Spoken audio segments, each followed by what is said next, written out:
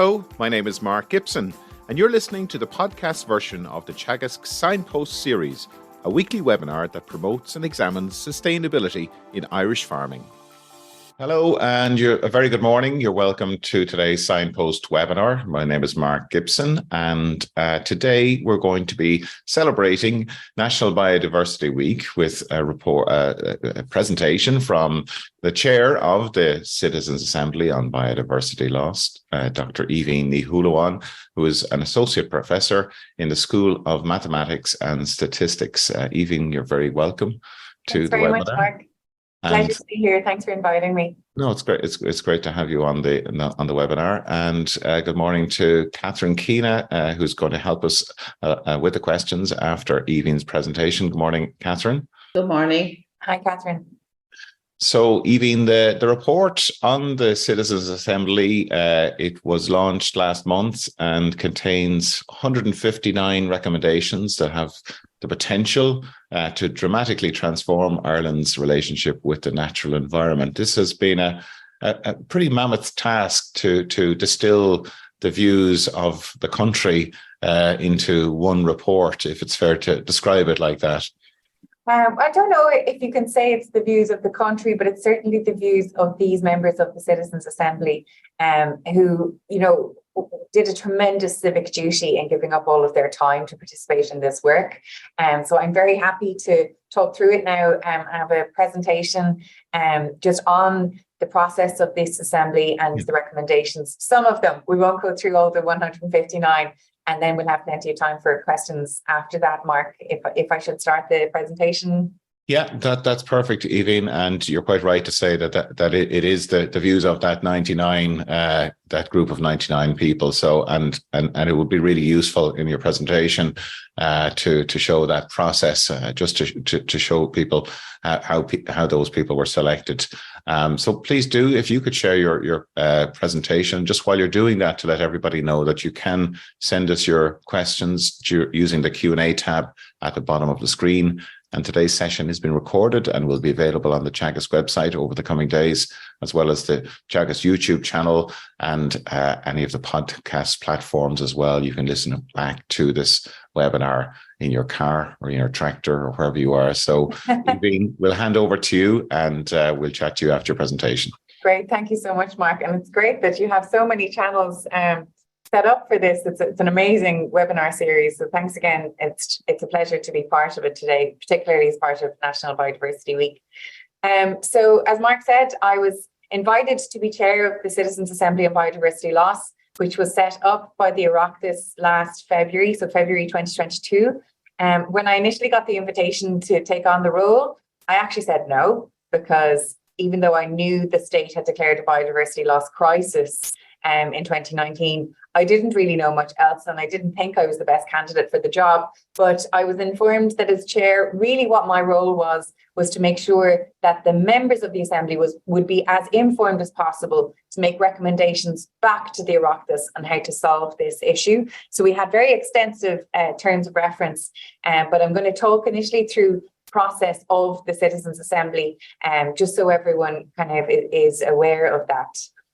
So Citizens' Assemblies are becoming used more and more as tools to strengthen democracy. So the OECD has recorded over 600 examples of Citizens' Assemblies, both national and regional, all around the world since the 1980s. It actually began in Canada as a process, and then we will know that it came to Ireland in the turn of the century, really, in the 2000s, and we've seen that it has made transformative changes in society. But the difference to a Citizens' Assembly to, I don't know, maybe doing a poll or something like that, is that members spend time to become informed about a particular topic, and then they deliver or return back reflective, informed opinions on a particular issue. They vote on what they're going to put forward. So it's a majority process. So it is democracy in and of itself. But what they try to do is bring the everyday person, so non-policymakers, into policy work. And so rather than just talking to lobby groups or industry groups or specific stakeholder groups, the Citizens Assembly process asks the everyday person, what do you think about this? And it gives politicians often a kind of a temperature check on what the wider population might think about a particular topic.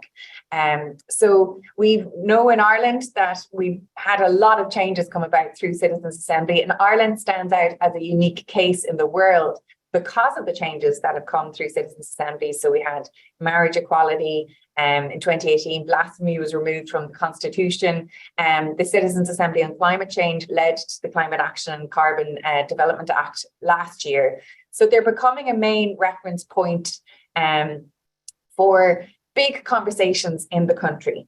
And just to remind everyone as well that the recommendations of the Citizens Assembly are only recommendations. It's still up to the politicians to decide what they want to do, but now they have an extra kind of tool to say, well, this is what the Citizens Assembly has said.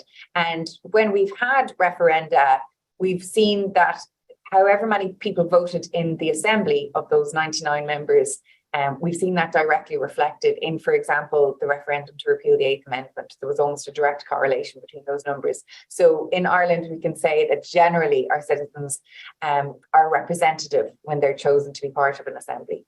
So in this Citizens Assembly, that choice or that process of finding citizens was slightly different. So previous to this, they were found from people on the electoral register. But, you know, many people would say that, you know, if you're on the electoral register, that's probably missing out members of society that aren't registered to vote or don't want to register to vote.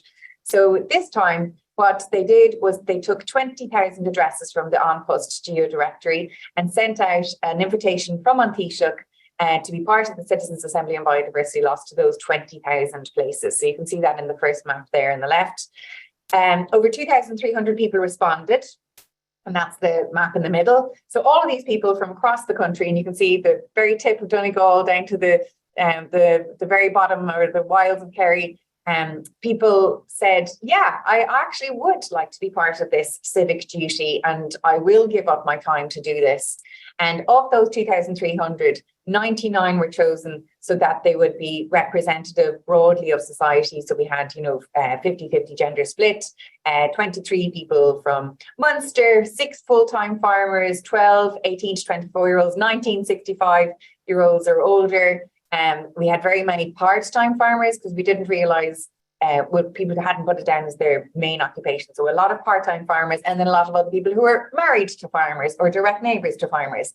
And over 2/3 of people were from non-urban settings. So there was a good representation from, let's say, rural Ireland and from the farming community. Now, a question that gets asked a lot is, well, who are these people that could give up all of their time? Obviously, they must be all retired or something like that. And that certainly isn't the case. We had all across from all the spectrums of society. And here's one picture that we took at the very first meeting that we had. We had one Leaving Cert student all the way up to an 88-year-old. We had solicitors, retired taxi drivers, an oyster farmer. We had people from Dingle, people from Donegal, from Midlands, so all across Ireland, and software engineers, anyone you could think of, there was a representation there. So I think it's great to see that type of representation. We had a person who was living in Ireland from Estonia. They'd been here 20 years. We had a person from Ukraine who's been in Ireland for 10 years, another from Argentina who's been here for about 5 years. So a lovely snapshot of Irish society. That's what it was. And the work of the Assembly was held over weekends, 7 weekends in total, in a hotel in Dublin. But what contributed to that work was that we also had submissions. So we had 647 submissions from Ireland and from around the world. And I actually was blown away by the interest from around the world on this, because we were the first country to hold a Citizens Assembly on Biodiversity Loss. And there was great interest in that. And you'll see at the bottom of my slide here that we had a video from a tribe's chief in Ecuador, who was asking the Citizens Assembly not only to consider biodiversity and biodiversity loss in Ireland, but also the impact that we have as Irish people on biodiversity around the world. So the submissions really informed the work of the Assembly. And we also had 87 speakers representing a wide variety of sectors and organisations. We had 20 from NGOs, non-governmental organisations, 16 from agriculture and business. We had 11 from state or government agencies, 10 university speakers, 9 individuals, 8 talks by the Expert Advisory Group, who were a group of people who would advise me and speak with me in the Secretariat about who might come in or how we might design the programme, etc. We had members of the Children and Young People's Assembly address us. We had also 4 local authorities address us. So what you'll see up on the slide here is one of the members of a farming association. So we had 9 different farming associations represented in our session on agriculture. And then we had voices from the community. And this was really important to me as chair. I didn't just want people who were in the industry or in the research zone. I wanted to hear from people on the ground. In that regard, we got to hear from community groups. I did a video of community work all around the country, Friends of Merlin Wood, Friends of the Mac River. We had here Moorlink Ireland. So lots of different perspectives, and that was really important, that we just got as many perspectives as we could about biodiversity loss in Ireland. So I said there that I had, thankfully, an expert advisory group to advise us on how we should plan the work. And throughout this, it was always informed by members, but we decided to take a sectoral approach. So we looked at these kind of different sectors, because this was where kind of policy lands in this kind of a way. So you'll see there protected sites and species, agriculture, forestry and woodlands, peatlands, freshwater, marine and coastal, and urban and built environments.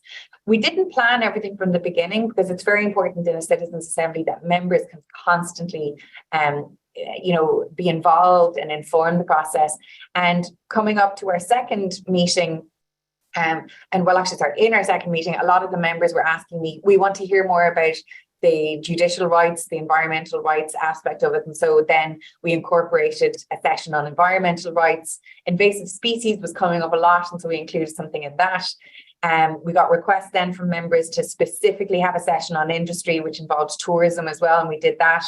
Energy production was coming up, and even though this wasn't a citizens' assembly on climate change, that's been done before, energy production was very much linked with some of the conversations we were having around biodiversity, so we included a session on that. And throughout all of the conversations, education was a key theme. Educating the public, having biodiversity as part of our formal certificates and informal primary and post-primary education, and so we had a session on that as well. So we were the first citizens' assembly to take a field trip. And that was actually great to get just some knowledge on the ground about, if you're a local authority, what can you be doing? If you're a business, what can you be doing? If you're a protected site, what's the work that's going on there? And we also encouraged members who weren't farmers to visit farming sites over last summer, with some maybe farming for nature walks and things like that were going on. And the work itself then, when we were in meetings, involved people being at tables, as you can see there. So it's usually around 10 people at a table. One of those was a professional facilitator, and one of those was a professional note taker. And we would have a short presentation, 15 minutes, 1 or 2 of those, and then the members would discuss for about half an hour to 45 minutes, and then they would have questions. So a lot of talking happens at a citizens' assembly, a lot of ideas, and a lot of questions. And it's a great process. I felt very privileged to be part of it, because people were very respectful of differing views at the tables. And everybody got to say what they wanted to say because of the facilitator. And we survey people every weekend to say, do you feel like you got to, outline your perspective? Did you feel like you got to hear other perspectives? And did you change your mind? And it was fascinating for me to see that every weekend, the majority of people said, yeah, I changed my mind, because actually I never sat and talked with this type of farmer before, or I never sat and looked at it from that legal perspective or the financial perspective, or whatever it was. So people were really, really thinking, considering, ruminating over what they were hearing and talking about it. So there was a lot of work in all of that. But at the same time, it was important for me that we developed kind of a sense of community. So I cracked all the bad jokes, and there was a lot of good laughter there. And I think we built up a good sense of trust, which was really important because you have to have a room where people can have different views. That was hugely important. And that really carried through all the way to the end. You know, this wasn't a room where everyone was agreeing on everything. People said their piece, and there were contentious discussions over some, and I'll talk about that a little bit later. But overall, a very collaborative piece of work. And I was blown away by the quality of the questions that were asked here, because presenters were interrogated. And as somebody who was new to citizen assemblies, I really didn't think that, you know, people, they're, you know, average people coming up, and I say that with the most respect, you know, but these are members of society who are who wanted to do this on behalf of their fellow Irish men and women. They were giving up their time, missing family events, you know, traveling long distances. They were doing it as part of a medal, so coming together for their countrymen and women to do this. And they did a great job doing it. They, you know, read stuff beforehand, watched videos beforehand, listened and interrogated. So it was just a privilege for me to be part of it. And so when we started the work, we had to find out, well, what is biodiversity? Because, you know, really that room wasn't sure. As I said, we had people from all different walks of life, you know, single parents, retirees, you know, just people who would have no experience of nature, some of them. And so we started off with this, you know, learning what is biodiversity. And we learned that, you know, it impacts all Earth and all life on Earth. And really, it's the systems that underpin all of the environment that we have. And I have found it very difficult to find an image that captures biodiversity. This may be one of the closest ones, because you can't think of biodiversity in and of itself as something that's, you know, doesn't impact anything. It impacts everything around us, all the way from, you know, the water that we drink and the quality of that water, the soil that we get our food from, or that the animals are getting their food from, that we then eat. It impacts on our air quality. It's providing us with food in that entire system. So even though a pond can be a biodiverse system in and of itself, that is part of a bigger system, and something that I hope my mathematical background can actually help me with, because that's all about systems and interconnected systems. And so biodiversity really underpins all life, and we depend on it fundamentally. If we don't have this nature, we do not have the capacity to survive as a species ourselves. We then learned about what are the drivers of biodiversity loss. And the 5 main drivers are habitat loss, so habitat being taken for different uses, overexploitation.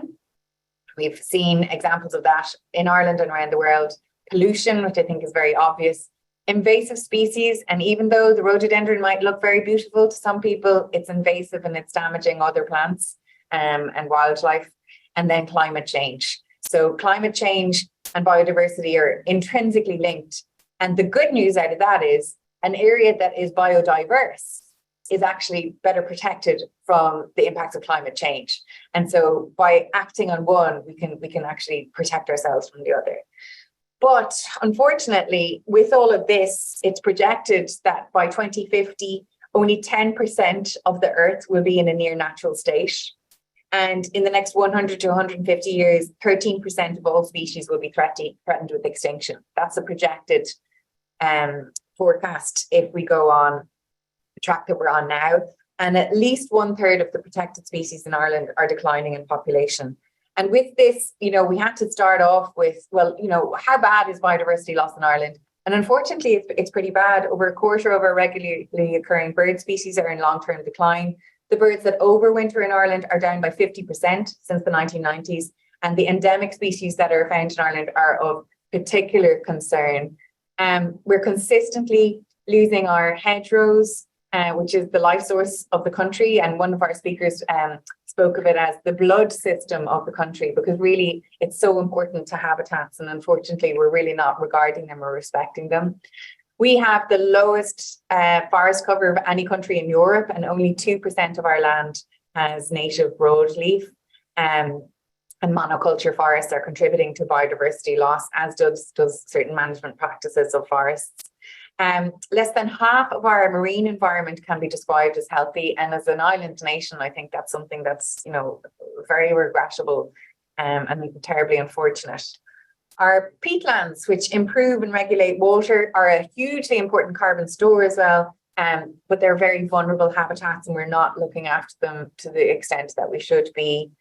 Almost 30% of our semi-natural grasslands have been lost in the last decade, and 85% of protected habitats in Ireland are in unfavourable condition. And that's the habitats that we're supposed to be protecting. We're really, really not doing a good job of that. Agricultural soil is often in suboptimal state, and nitrate is particularly challenging because it's going into the groundwater, into freely draining land and into estuaries. And we heard that this is particularly happening around the south coast, and there's been a huge drop in water quality since 2015. Unfortunately, the number of near pristine riversides have declined from 500 in the 1980s to 32 today. That's pretty frightening. And 20 to 30% of freshwater biodiversity are vulnerable. And we heard in the freshwater session, which was the most depressing of any of the sessions, in my opinion, that we're at a tipping point in terms of our freshwater. And after this, if we don't act now, it might be impossible to reverse this damage. That was directly coming from the scientists and up-to-date data that we have in Ireland. So this was really so depressing. And just an example of some of the species that we're at risk of losing, you know, the freshwater pearl mussel, the Atlantic salmon, the great yellow bumblebee. And these aren't just species that it's a shame to lose. If one of those goes, it impacts on everything else. And we had Dr. Jane Goodall speak to us about this. She talked of nature as a tapestry. And she said, if you pull a thread here and there, you know, the tapestry's still there. But you keep pulling the threads and eventually the whole tapestry is going to fall apart. And that's what we're doing at the moment. We're pulling the threads and we're just hoping that the next one isn't going to be a dramatic one. But everybody will have their own personal story of this. And mine, you saw this in the first slide, is Lough Cara. So this is close to where I grew up, Carnacona, County Mayo. And it's a beautiful lake. It's a marl lake. It has this gorgeous limestone base. But unfortunately, it's been polluted to a terrible extent, and there's not a huge amount of fish there anymore. Thankfully now there's a great life project that's looking to rejuvenate it, but that was just a personal example of biodiversity loss that I didn't actually even consider until I started my role as chair of the Citizens' Assembly. And I really want to acknowledge that I brought you through the depressing point for a good reason. Because Irish people have a very respectful, intrinsic link with the land and where they come from. And, you know, this is one of the most beautiful photos of Croagh. And like, it's so intrinsic. And it's something that I have to explain to my husband. He's half Spanish and doesn't get the connection to the land that Irish people have. We're so proud of it. But unfortunately, we haven't been doing a good job of looking after it. And this is where we really need to think about, not only are we in love with the land in Ireland, but we really need it because healthy ecosystems give us functions to survive. And nature provides us with ecosystem services like water purification, like pollination. For a third of our food is depending on pollinators, like photosynthesis for the food we eat, for carbon sequestration, climate regulation, and many more. We depend on nature. We are depending on it. And we have done this kind of without question for decades. But we're realizing now that nature is actually not something that's an add-on to our lives. We exist in it. And so does our economy. And if our economy keeps pushing and pushing and pushing, eventually the nature is going to not be able to sustain it anymore. So we're at this point now, and the members of the Citizens' Assembly were really, really emphatic that they wanted their message to get across, that the state has to take prompt and decisive, urgent action to address biodiversity loss and restoration and provide leadership in this. Because the members of this Citizens' Assembly, those 99 members who came up with these recommendations, believes that the state has comprehensively failed to fund, implement and enforce existing national legislation and policies. We actually have loads of policies and loads of legislation to protect nature. We're just not enforcing it. And that was one of the most frustrating points for the members throughout the meetings. finding out that, oh no, we've got something to protect this, but it's not being enforced. And this could be protected, but it's not being enforced. So while I've brought us through this kind of depressing narrative, don't be too depressed, because thankfully, the members of this Citizens' Assembly have provided us with a blueprint for how we can actually turn this around and how we can move ourselves back from this tipping point. And this is Liam. And Liam himself stood up on the last day of our meeting to say that he had started saving lives and no longer wanted to kill the magpies and jackdaws in his garden for the sake of the little ones. He realized now that all elements of nature should be there, and nature will find its own balance if we allow it to. Nature can be really resilient. We just need to give it a little help in that regard.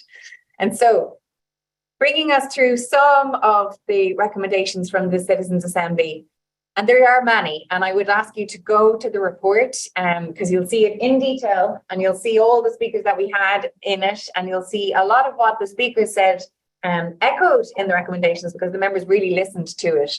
But they really want, for example, the state to communicate and implement a plan for conservation and restoration of biodiversity for the benefit of its people, because this is something for all of us. If it's on someone's land that something happens, fine, but that actually has a broader impact on society, and particularly to actually protect the high nature value areas that we have, the beautiful landscapes that we pride ourselves in and sell ourselves on in terms of tourism. We at least have to be looking after those.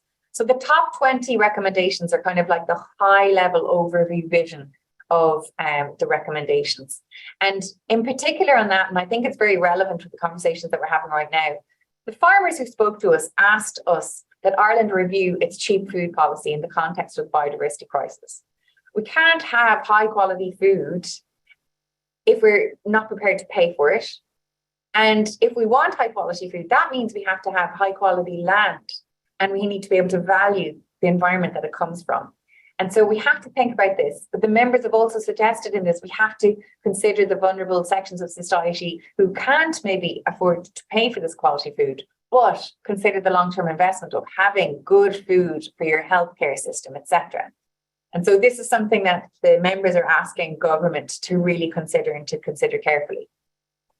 And they've also put in their top 20 recommendations that we need to drastically reduce the use of pesticides in line with the EU policy and incentivize and encourage domestic and commercial use of natural, cost-friendly alternatives. And interestingly enough, it was the farming members of the Assembly who were quite vocal in considering the wording for this part of it. And as I said, every recommendation that we went through had a majority of those 99 members vote for them or agree with them. Also, considering good practice of biodiversity protection, that we should all be doing that in partnership and to learn from things that have happened well, like the Burn Programme, like the Bride Project, like SUIS. And in that we have to think about this as a whole of state approach and align what we want to do for biodiversity with the Climate Action Plan and not be constrained by electoral cycles. And I'll talk about this a little bit later, but the members of this Assembly really, really wanted to hit home on that. This isn't about us, because the damage has been done for our age group, and I say this as a 40-year-old. This is really thinking about the generations that come after us, because we're not leaving them a good legacy at the moment. And so the decisions that we make and the timelines for funding shouldn't be constrained by electoral cycles. We have to do things in the long term. And they also suggested that a new biodiversity plan should be developed in partnership with people and sectors most affected. And while a lot of maybe agencies would say, oh, we're doing this, we're doing stakeholder involvement, what we heard from members who spoke to the Assembly was that this seemed to be tokenistic and wasn't really taken into account and wasn't valuable. They didn't see what they were saying within policies. And so there has to be meaningful engagement with stakeholders in that regard. I just wanted to include this as well, that in terms of maybe we have a strong agriculture viewership today, that we should have a research strategy to support the national and EU biodiversity, soil and water strategies for all agencies, and create, publish and maintain an integrated habitat map and a species map and a land usage map. Now, some of these are already in train as of this year, which is great, but this is what the members have suggested. And I want to just suggest or mention here that the members of the Citizens' Assembly didn't want to just leave it at the high level recommendations, because they were so frustrated that nothing has been done in this for decades, that this is why they wanted to put in specific recommendations across each sector. And this is basically the blueprint. What exactly do you need to do across these sectors now to make sure that we're protecting ourselves against further biodiversity loss and then trying to reverse it? So this is where they really went into detail. That's why there's a lot more recommendations in this Citizens' Assembly than in previous ones. They wanted to get into the nitty-gritty of it. And you'll see that they've considered a lot of detail across this. So subsidising and incentivising more organic farming and supporting locally grown produce. This was key, that it was not just about what you eat, it's about how far the food you eat has come from, and really trying to get that message across to consumers in general. Members also wanted that, all departments try and work collaboratively on this, because biodiversity isn't just in one area. It spans energy, transport, planning, agriculture, marine, education, higher education. All of these different departments need to work together on it. They also suggested that national schemes should be significantly more ambitious and detailed and focused on the long term. And there has to be funding to do this. Now, we saw that the new CAP came in January, and there were definitely some positive aspects of that for biodiversity, but members of this Citizens' Assembly wanted that to be even more ambitious. And to also, and I think this was important to put in here, incentivize the farmers and do not restrict them in their ambition. Don't cap their payment if they're doing a great job. And I heard a great analogy during the week. If you're bringing a cow to market and the cow is in great condition, you will get a good price for it at the mart. It's the same with your field. If you're bringing a field and it is in great biodiverse condition, you should get that payment for that because you worked for it, you've conserved it. And that's really what the members wanted to get across here. And also that, the various considerations that farmers are being encouraged to do right now, that needs to be across the board, that there should be more encouragement of multi-species swards and mixtures, silvopasture land, in considering water, that you expand the riparian buffer zones between where the farm is and where the water source is, particularly upstream, because it was the health of the upstream parts of the water that were really kind of desecrating what was happening later. And that farmers should have access to training and up-to-date research on this, should they want to participate in it. Members wanted a new strategy to protect the hedgerows. The hedgerows seem to be the unsung heroes of biodiversity across the land, because they are immense places for wildlife. And they're not being protected to the full extent they should be. So hedge management courses and certifications should be reintroduced, and all hedge cutting contractors and their employees complete these. So these were just some of the recommendations I wanted to share with you today. They wanted to have an assessment of the Forestry Act so that Coillte could actually focus on biodiversity as well as creating profit. And members of this assembly wanted to ensure that state-owned woodlands are recognised as long-term strategic assets, to protect the boglands, but also to offer the financial assistance required to people who are depending on that turf.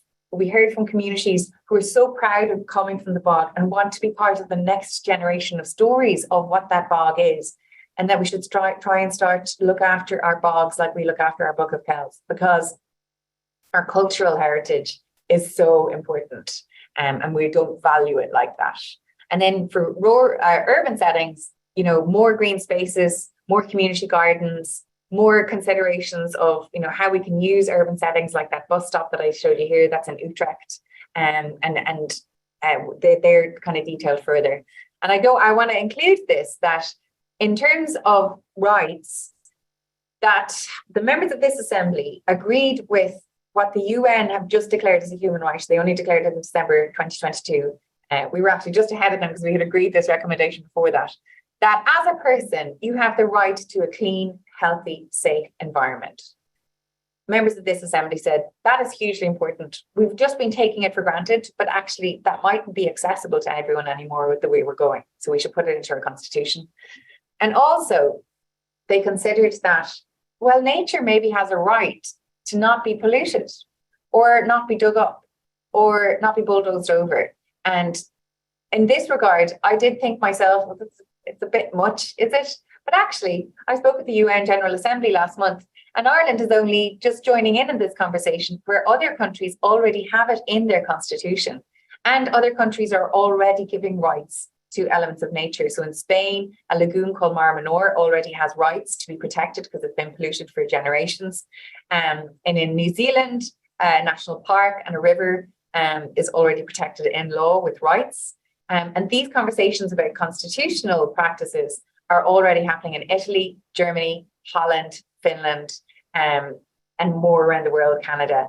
And so it's kind of actually inspiring for me that the members of this Citizens Assembly have shown that they're forward thinking. And again, the Citizens Assembly demonstrates we're far ahead of the politics. The people are thinking about this.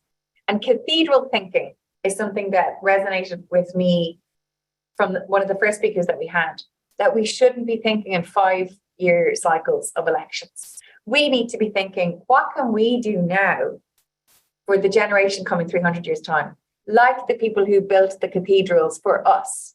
They knew that they weren't going to reap the benefits of seeing it, practicing, but they were doing it for the generations to come. And in that regard, this is where biodiversity becomes very personal, because in our last session, the older members of our assemblies were talking about their grandchildren and making sure that we have an Ireland that we can be proud of giving over to them, that they don't have to work to look after it even more, to try and reverse the things that we've been doing. And the younger members of the assembly were also very vocal on that, and obviously parents. So this is something that's intergenerational now. We have to look after biodiversity for ourselves, because if we protect nature, it will protect us. So that was a whistle-stop tour. I'm very happy to take questions now on the assembly. And Gurmagh Blair for tuning in and for looking at this work. And hopefully we'll see now with the Oireachtas, it's been returned to the Oireachtas, and they will now make decisions on what they might do as our public representatives. Thanks very much, Aoibhinn. And really good overview of what happened, and maybe we could dive into some of the conversations that were had. I'm sure lots of people were interested to see what, some of the outcomes from your discussions. Just you talked about the next steps. I mean, what would you like to see happening next? I know it's down to the Oireachtas members now to drive this on, but from your own standpoint, what would you like to see happening? If I'm allowed to ask that question. Well, everyone asks me that question, and the only way I can answer it, Mark, is it depends on who you're talking to. So if it's me and I work in the education space and I'm on the department's STEM education group, I feel like I can take some of those recommendations and maybe, become an advocate for that, because that's my education space. So it depends on who you're talking to. If I'm talking to the politicians, I would potentially say, well, some of the policy issues or the enforcement issues might be the most important. But I feel that because the recommendations span all the different sectors, different bodies, different people can take out different things and see how they might consider what the members have suggested here. Mm-hmm. Probably does need to feature in their plans, though. It needs to be hardwired as whatever comes out of that Oireachtas process. I think. Yeah. Obviously, these are only recommendations, and now it is back to our TDs and our senators to decide what might happen with them.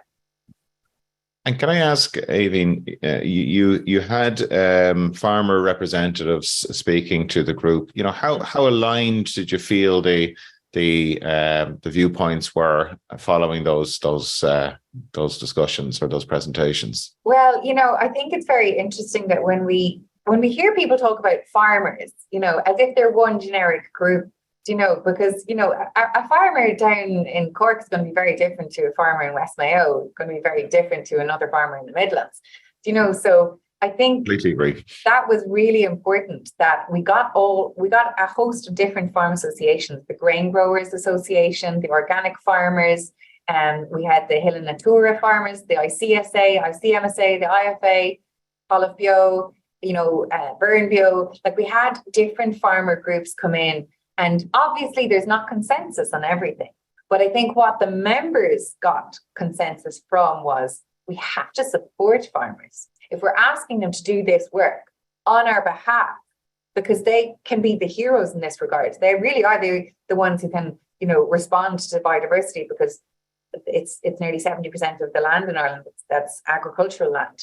So the farmers are the heroes. We have to ask them to do this and then reward them for doing it. And it's really valuing that. And I think our language needs to change, because certainly where I'm from, it's bad land, but actually bad land agriculturally for production is generally very high nature value.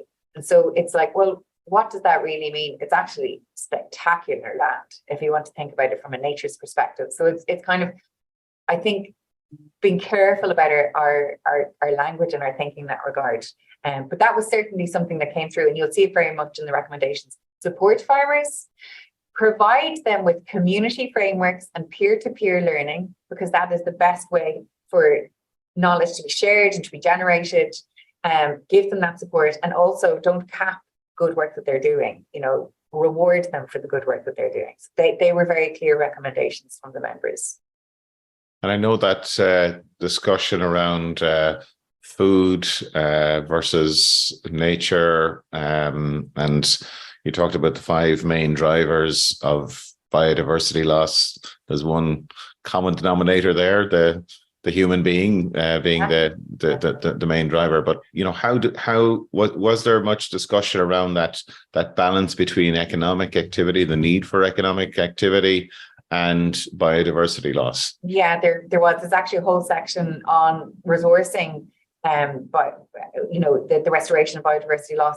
And really the members were very important on that, because they really considered that if you saw that circle where you have nature and then you have the economy inside it, and if we are asking the economy to grow, it's not possible. There's a boundary on it. And the members really took that to say, can we actually think about how well we're doing as a country in broader terms than just the money that we're making? So that's a recommendation that's in there. And also in that regard, it was very clear throughout that people wanted more information on, I should know more about what the decisions I make in my everyday life and the impact that they have. And that's where they've said, there should be a public campaign about, buying local. And there should be a public campaign about, the foods that we eat. Now, there is a recommendation in there to say that people should be encouraged to have a more plant-based diet. But that doesn't say that people should be encouraged to eat less meat. It's, yes, we should have more plant-based diet, but also the local produce is very much highlighted in there, because we learned from one of our presenters the impact of the food that is coming from abroad. Avocados is used a lot, but actually chocolate has a massive carbon footprint, which I was horrified about. So we really need to, and the animal feed that we're taking from Brazil in particular, that's damaging biodiversity enormously there, but we're not supporting the farmers to grow that same feed here, because there's a competition of resources. And so it's thinking about this in a bigger picture. So those conversations definitely were had, and the members haven't said that they have all the answers, but they're outlining that these are really things, they're complex issues that we need to have discussions about. Absolutely. It ain't straightforward. Catherine, some really good questions coming through there from our viewers. Yeah, and compliments, Aoibhinn, on the fantastic presentation. A couple of just factual questions there. Can you get a hard copy of the report? And if not, or if so, where can you get the soft copy? Very good question. I actually don't know if we can get a hard copy. I had to fight hard to get the printers because we didn't want to print a huge amount, but it's all available on citizensassembly.ie. There's a link. I've actually included the link there in the chat there for people to download the report. So, and actually the Irish Times had an editorial to say it's very accessible and everyone should read it. And that was something that, as a science communicator, I wanted to make sure this was something that anybody can read, and you can, have a look at it over your cornflakes. And it was something that the members wanted to be certain about as well. It's not written as a policy document. It's written as a document for people because these members of the Citizens Assembly were doing this for their fellow Irishmen and women. So yeah, it's an accessible document in as much as we were able to make it. And another question about the process. Can you explain how expert advisors to the Assembly were chosen and their role during the sittings and writing of the report?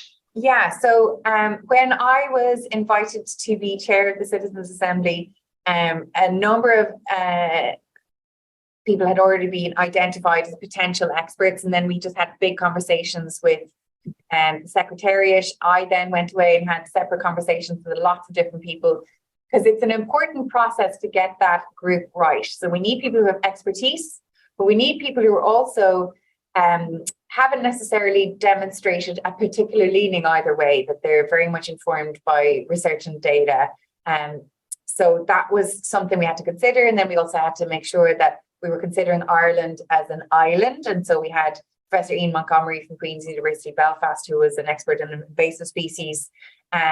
We had to have a member who is an expert in deliberative democracy. We have a professor of botany there, with someone with marine expertise. We had a person who had expertise working with EPA. And then another person who was an expert in agricultural policy and practice, another who was an expert in legal elements, and particularly elements of Brexit that kind of might have impacted on this, but also the human or the environmental rights. So it was trying to get that spectrum of people that you could also suggest were very balanced in their approach, because that's something where we didn't want to have a bias in either direction or either way. And for example, thinking about economy, we had a member of the Irish Fiscal Advisory Council, and then we had a presenter who presented on donut economics, two kind of almost challenging views.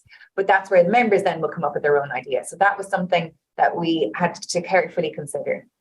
Okay, a comment more so from Alan Moore that Hedgerows Ireland were pleased with the recommendations on the hedges. Their mantra is our hedges are the equivalent of the Amazon rainforest. I think you mentioned that. And they really endorse the view that knowledge is the key to positive change. Interesting suggestion here, Aoibhinn, around the need for nature and biodiversity as should it be a core subject within primary and post-primary curriculums immediately, is something this person is. Well, yeah, and interestingly, I had a passing conversation with somebody in the National Council for Curriculum and Assessment yesterday and sent them the report, because it's really something that came through so obviously. Where we had nature tables before, and I certainly had a nature table in primary school, it's not common practice anymore. And we had some teachers in from the Irish School Sustainability Network, and one of them, said that the teenagers in his class thought a heron was a swan. I had kids telling me dandelion was a daffodil. We're not sharing the knowledge with our young people in the way that they deserve, and they want it. Kids absolutely love nature. So in that regard, there is a primary curriculum review at the moment happening, and there will be a wing and element of it that's around sustainability. My argument is you have to put it directly into the sciences as well. I work here in the College of Science and UCD. Nearly every colleague I have has some element of work underpinning sustainability, because it's one of the biggest global challenges that we're dealing with. So yes, I think nature and environment needs to be a fundamentally core element of the science work that we do, as well as thinking about it in a well-being aspect as well.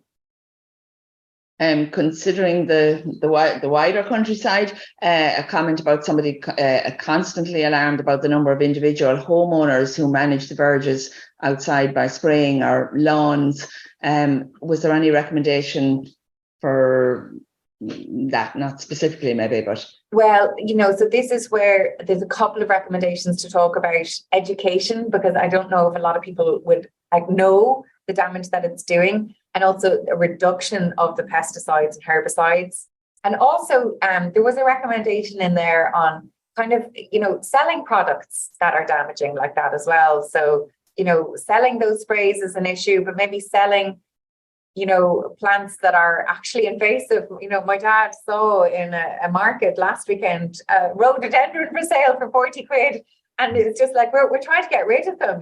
Why are we selling them privately? So I think individuals just need information and education. And part of that, members of this Citizens Assembly recommended that there should be an overall body that's in charge of coordinating all of the actions that are happening, but also in charge of public education, public engagement, that communication of the science, because it's kind of falling between all the stools here. It's actually not in the department that looks after climate change. It's biodiversity is an element of the Department of Housing. So I think it's just not getting the focus that it deserves. And that's a recommendation from the members of this Assembly.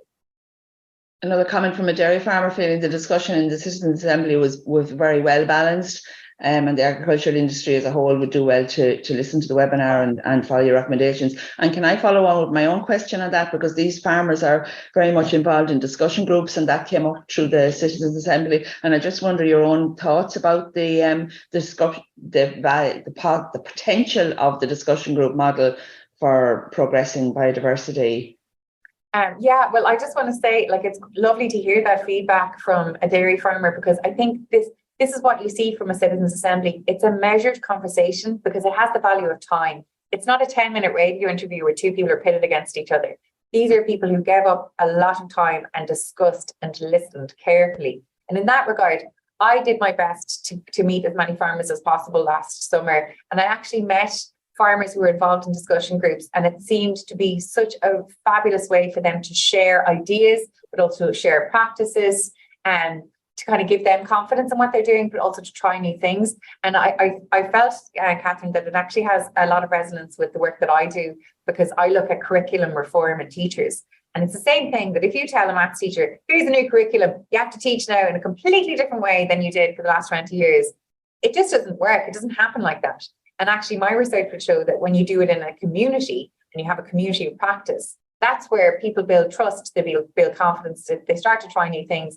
And I think there might be some symbiosis there with the farmers, but you'll see that threaded throughout the recommendations of the Assembly, that the members of the Assembly want farmers to be supported in their communities, because farming is very local. So what happens in this area will be very specific to that part of that county, and it'll be very different to a different part of a different county. And so that's where the localized element, that community-based network, where they have access to knowledgeable advisors who are, talking about biodiversity and thinking about it, is really, really important. Aoibhinn, you're here today because we know that farming has a lot of influence on biodiversity and is a major stakeholder. I suppose some of the questions coming through here is, have you or will you be engaging with other stakeholders who are also responsible and oh God, yeah. Because I suppose there is that feeling amongst farmers that the farmers are the soft target. There was EPA recently published figures around emissions. The aeronautical industry was one of the highest, but yet didn't seem to feature in the headlines. Yeah, so, I know, and it's a terrible kind of what's happening in the media, and I do think sometimes it's clickbait almost, because if you pit two people against each other, it seems to be, oh, that's the way to do it, and it's really not in my considerations. And just to reiterate, like, I'm in no way pointing fingers here, because everybody needs to take responsibility for themselves. And this is in the Assembly as well. Agriculture is just one sector that we looked at, but I was focusing a little bit on it today because it's a webinar for Teagasc. But that does not mean that everyone else gets off scot-free. We all have to take personal responsibility. Education is part of that, but also, to be incentivized or not. And in that regard, I'm trying to not use our car. I'm cycling to work. We're not flying anywhere this summer. We're doing our own things. But I do think, yeah, absolutely, emissions need to be targeted for cars, for everything else, and to look at all the other sectors. Saying that, it's important that we have this conversation in the agricultural space, because 70% of the land of Ireland goes towards agricultural practices. But equally so, this needs to be focused on forestry. It needs to be focused on energy production. There are lots, and tourism needs to be there, businesses need to be there. So there's a lot of things that need to happen within policy and within other aspects of society that need to show up to this. But in this regard, I think that this can be a really positive news story, because in terms of biodiversity, no one knows nature and the land like farmers. Farmers can be our heroes in this. They are our Marvel characters that can actually bring the rest of us back from the brink. And this is where the members of the Assembly wanted to celebrate and acknowledge farmers for all of that work that they do, and also ask government to support them in that. They have to produce food because we require that, but they're also there to look after our environment, and we need to just get that balance right. That economy, society, and nature, we need to just get that balance right. Just one question there, Mark, on soil biodiversity and soil health and its knock-on effect to broader ecosystem services. I think soil biodiversity did feature. Any comment on that, Aoibhinn? Oh yeah, there's a couple of recommendations specifically there on soil health and discussing soil health, and also wanting to have more resources for individuals, landowners who aren't farmers, to find out more about their soil health. So soil was not neglected. It is directly in there. If you download the report, you'll see that. Really nice comment here. It says, congratulations, Aoibhinn. Truly excellent to hear from our citizens sharing such wonderful vision and wisdom on the ways to protect and gain greater understanding on our interconnection with all nature. But how can we keep this conversation alive and continue to share this wisdom and way forward? So, I mean, there is always a risk that this is another report that ends up on a shelf somewhere, and great intentions and so on. But how do we keep it alive? It's a great question, and it's something that I've been thinking about since I was asked to do this job. The first thing you do is you talk about it. So if you are a person who believes in biodiversity, go volunteer in your local school to give a talk, go volunteer in your local men's sheds and your local women's association, talk to everybody, talk to the Tidy Towns group, join the Tidy Towns group, have the conversations, because we've seen in Ireland previously, it's the conversations at the kitchen table that create change. For my role, even though it's officially over, I can now advocate for those recommendations, and I am having as many conversations as I can, within reason that I still have to do my actual work here in ECD, but I'm talking to people who are interested, and I will be presenting to the Oireachtas just to interested public representatives later in June to give them this same kind of presentation and on biodiversity and biodiversity loss, because we have to remind ourselves, like, we vote for our public representatives and they will do what we ask them to do. So if as people that's what we want them to do, we have to tell them, and therefore email your local reps, ask them when they knock at your door, tell them that this is an important issue, and there is things happening. I don't want people to get despondent. It's just slow, but sometimes slow and steady wins the race. Mark, you said before in a conversation that, if you want to go fast, you go alone. If you want to go far, you go together. And this is all something we have to do collectively. Absolutely. Catherine, we're just coming up on time. Any final questions that you'd like to? No, I suppose just the final thread coming through is the need for education and inspiration. If we don't know, we can't look after it. Yeah. So yeah, we're all in agreement on that. And that's where, my boys aren't in school yet, but they know names of things. Actually, Trí Gaeilge from my dad. So it's just that awareness of the environment. And actually, and I'm saying what I preach because I went to the creche yesterday to talk about biodiversity and peace, and they're the kind of things that we need to do. To make sure that the next generation know and respect the value around them of nature. And also, there's even research to say that if you tune into those documentaries, those kind of Richard Attenborough ones, it actually makes you more respectful for nature. So even if you're housebound, you can still play your part by just, talking about the value of nature. And I think making sure that our public representatives know how much we value it is really important. Okay, on that note, Aoibhinn, thank you so much for joining us this morning, and thank you for all of your work in relation to the Citizens' Assembly. It's very clear that the outcomes, I think I'm very confident that there will be good traction on this, and we in Teagasc are very happy to work with you and the various change makers to get some of these recommendations over the line. So thank you again. And Catherine, thanks so much for helping with questions, and thanks everybody for the really excellent questions this morning. And my thanks to Yvonne Maher and to Michelle Lavelle in assisting with this morning's production, and to Andy Boland and Pat Murphy in our wider production team. So until next week, have a good weekend and enjoy the fine weather. Thanks again.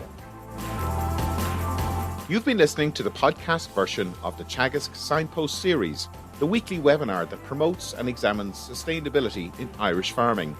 Don't forget to join us live every Friday morning for our latest webinar. For more, visit teagasc.ie. And you can also rate, review, and subscribe to the Signpost Series on Apple Podcasts, Spotify, or wherever you get your podcasts from. I'm Mark Gibson, and thanks for listening.